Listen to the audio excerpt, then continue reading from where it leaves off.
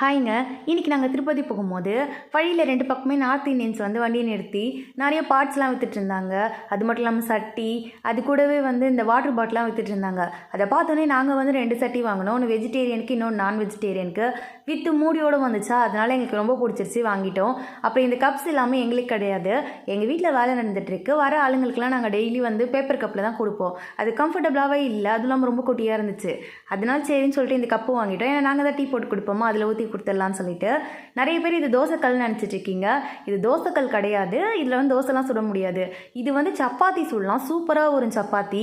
அதனால தான் நாங்கள் இது வாங்கியிருக்கோம். நார்த் இந்தியன்ஸ்னாலே சப்பாத்தி தானே, அதுக்காக தான் அவங்க இதை மேக் பண்ணி வச்சுருக்காங்க.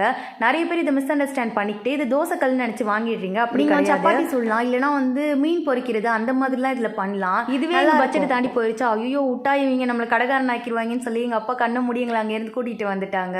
அவ்வளோதாங்க, எங்களோட ட்ரிப் முடிஞ்சிருச்சு.